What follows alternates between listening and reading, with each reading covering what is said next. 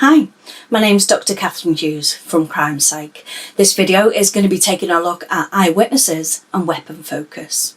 Just before I start, I will tell you that I have a range of easy to follow online courses, which I'm sure all of you know about by now, on offender profiling and criminal psychology. We do also have the new offender profiling game that you can play, where you can decide what clues to collect and solve the crime using profiling techniques. So all of those are available on my website. Most of you will have heard the term eyewitness testimony before now, but have you ever heard of weapon focus? An eyewitness is somebody who's considered to be someone who's seen or heard a crime being committed. When the police are investigating a criminal act, they interview everyone who was in the area at the time to determine whether or not they saw or heard anything which might be of use in securing a prosecution. Witnessing a crime can be a very distressing event for some people, especially if it's a very violent crime or it involves a weapon. Plus, psychological studies into memory show that we recall different types of information in different ways, and this can cause inaccuracies and biases.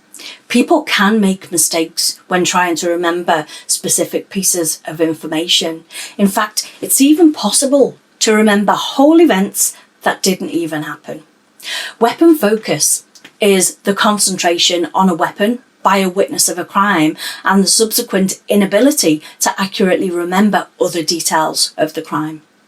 The presence of an unexpected weapon, such as a gun or a knife, can impair eyewitnesses' memory for details about the perpetrator as well as any other details. So in other words, the eyewitness focuses so heavily on the weapon that they're not able to remember other details about the crime. So just to give you a random example, you could be shown two pictures of a tennis court with a man holding one of two items. In the first picture, the man is holding a tennis racket. In the second picture, he's holding a gun. You would be able to tell me much more about the details about the scene when the man is holding the racket. And that's because you wouldn't expect to see a man holding a gun at a tennis match, but you would expect him to be holding a bat.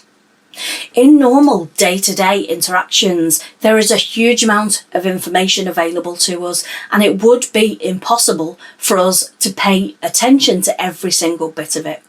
A simple one-to-one conversation produces a lot of information, and we simply can't process all of that information as fast as the person is talking to us. So, being the clever humans that we are, we've developed ways of attending to some types of information and not others.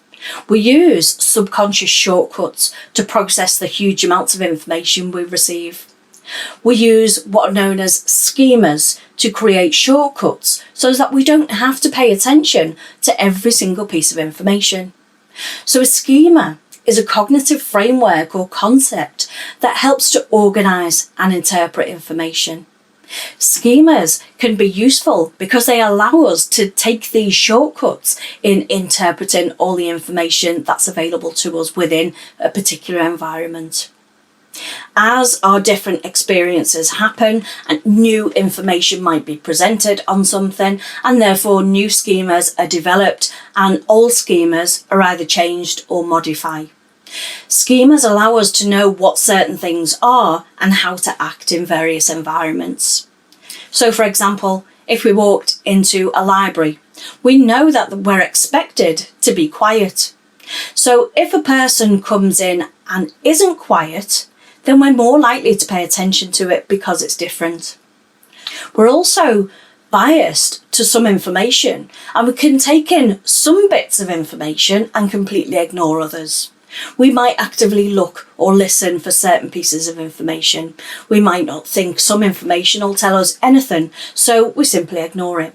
We create a simple set of rules of the types of things that we should or shouldn't be looking out for in various situations. And we tend to use these rules as mental shortcuts when we're processing information, and we do that without even thinking about it. And it's these mental shortcuts that allow us to process and force our attention onto, for example, an unexpected weapon. And remember, fewer details about other aspects of an event or crime. There are many studies that have proven that the presence of an unexpected weapon reduces how accurately somebody can identify the suspect or even other peripheral details about the event. How much of a distraction the presence of a weapon causes has been found to vary according to the characteristics of the eyewitnesses, the scenario in which the weapon is encountered, and the procedure through which our memory is tested and recalled.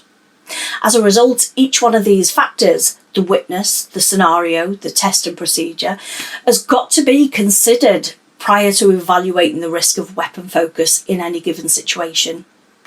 Now, there have been some large-scale studies that have proven that there is a greater focus on the weapon in situations judged to be threatening or arousing or involving criminal compared to non-criminal events. However, researchers have been unable to quantify those effects. If you are ever unfortunate enough to witness a crime that involves a weapon, you now know what your natural instinct will be. And once we realise that we're focusing on a weapon, you can then bring your attention to other aspects of the crime, which will hopefully help to identify the offender. I hope that you found today's video interesting. Thanks for watching. I hope you've learned something new from it too. Bye for now.